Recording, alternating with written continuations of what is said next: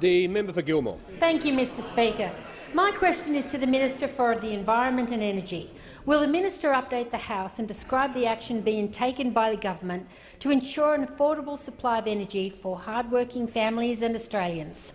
How does this compare with alternative approaches that would hurt both families and small businesses in my electorate? The Minister for the Environment and Energy.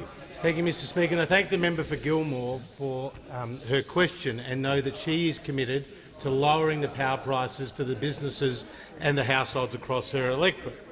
And we know that the Turnbull government today has announced a significant move to abolish limited merits review. If this had been abolished previously, customers would have been better off by the tune of $6.5 billion. And we tried to abolish it through the COAG process, but were blocked by the state. So this unilateral action will lead to lower electricity prices. We've also taken major steps to restrict gas exports after the Labor Party gave a green light to export 2/3 of what we produce, and that has obviously led to an increase in electricity prices. Now, the Prime Minister's announcements today have been warmly welcomed by a large number of stakeholders.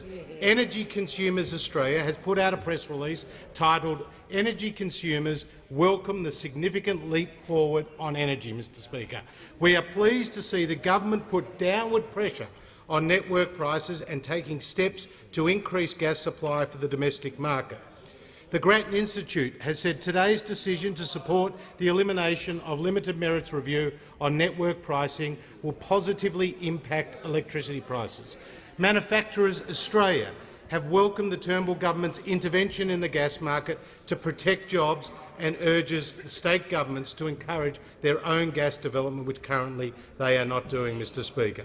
So the measures announced today, on top of the previous measures to get the ACCC to investigate the retail pricing system and network, the work that we're doing through the COAG Energy Council to reduce the cost of the transportation of gas are all very important.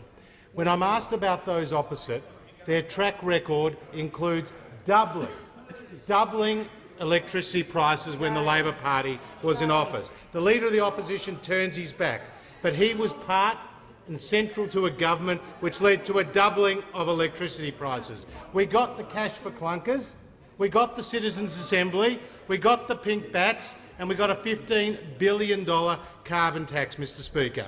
That was the price of Labor's folly on electricity, Mr Speaker. Now they have a 45% emissions reduction target, which has been described by the Business Council of Australia as unnecessary and risky, and they're giving cover to Labor states that are blocking the development of their gas reserves, which would be important to reducing electricity prices across the country. Now, the member for Port Adelaide said what happened in South Australia was a hiccup.